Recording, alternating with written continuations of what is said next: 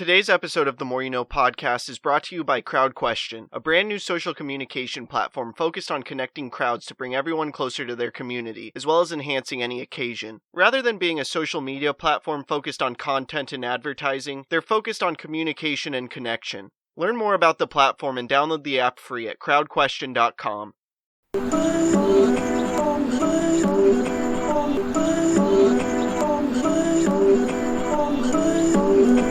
I'm just trying to make it all make sense. Today's More You No podcast.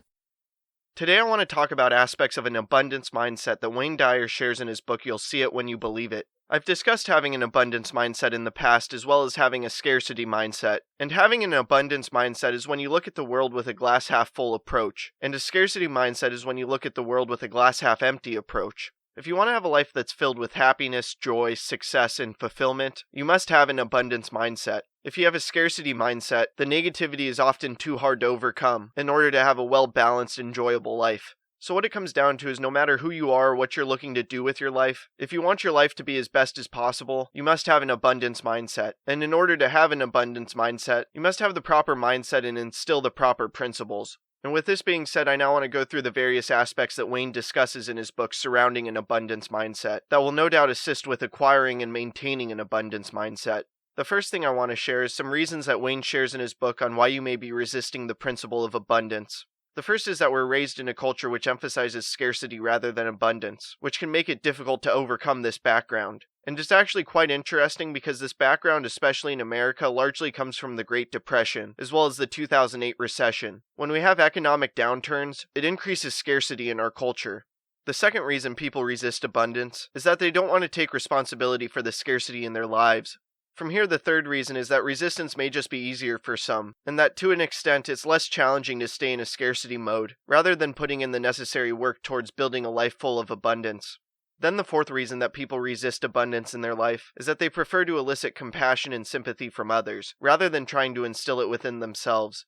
Next, the fifth reason that people resist abundance in their life is that they feel that they don't deserve it. In order to have abundance in your life, you must feel that you're worthy of abundance. And the final reason that people resist abundance in their life is that they've simply grown comfortable with scarcity and fear a world without it because they feel they wouldn't know how to live otherwise.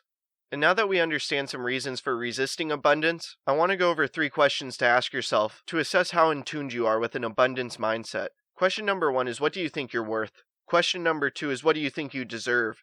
And finally, question number 3 is, what do you think is available for you? By taking some time to honestly reflect on these questions, you'll see where you stand as far as it goes with having an abundance mindset, as well as what resistance you may be feeling, and what you need to get over or improve in order to have an abundance mindset. And with that being said, I now want to go through some ideas that Wayne shares in his book that can assist with beginning to gain an abundance mindset in your life. Number 1 is to re-examine your resistance to doing what you love. What you're doing here is assessing the level of fear you have regarding doing what you love, as well as gaining awareness surrounding what risks are creating this resistance.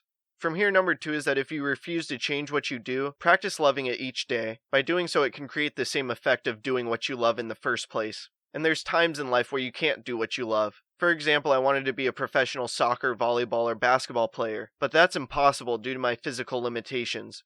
And finally, number 3 is for you to understand that whatever you are currently against can be restated and rethought so as to promote abundance in your life. What this means is that you can look at anything with a glass half full or a glass half empty approach, meaning with either an abundance mindset or a scarcity mindset. The choice is ultimately up to you, and it's determined by your thoughts and your internal dialogue, as well as the time and effort you put towards practices to improving your thoughts and internal dialogue. And the final thing that I want to go through surrounding gaining an abundance mindset in your life that Wayne discusses in his book are some ideas that he shares for bringing abundance into your life. The first is to be against nothing. By making an effort to view everything positively, rather than with criticism and negativity, it will enhance your perspective and bring more abundance to your life. The second thing to do is to make an effort to be thankful for what you have and who you are each day, and especially to do so during difficult days where you don't want to. Then the third thing to do is to take some time daily to observe the ways in which you are using your mind. Are you using it with an abundance mindset or with a scarcity mindset? And are you looking at things with a positive perspective or with a negative perspective? Then the next thing to do is to practice this in your personal relationships as well. By being against nothing, making an effort to be thankful, and taking time to gain perspective, this will improve your personal relationships in the same way that it improves your personal life.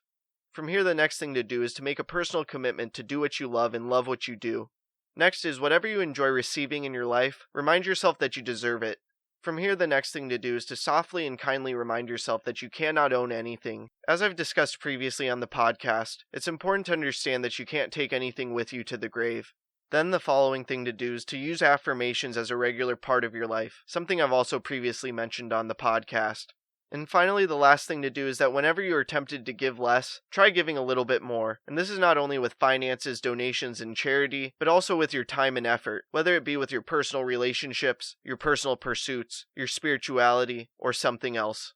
Having abundance in your life that's dictated by an abundance mindset is a universal principle that many of us do not get to experience, unfortunately. And this is because we either have a scarcity mindset or misinterpret abundance. And we misinterpret it by believing it means having things and striving for more of those things, whether they're possessions or achievements, when it's simply just looking at the world with a glass half full approach. But by having awareness surrounding what an abundance mindset is, what it takes to having abundance in your life, the common resistance that gets in the way from having abundance in your life, as well as things to do to gain abundance in your life, it will improve your relationship with abundance and assist with gaining abundance in your life through having an abundance mindset. And by doing so, it will assist with making a tremendous impact in this world and living a life that's filled with joy and happiness, as well as crafting a life of significance.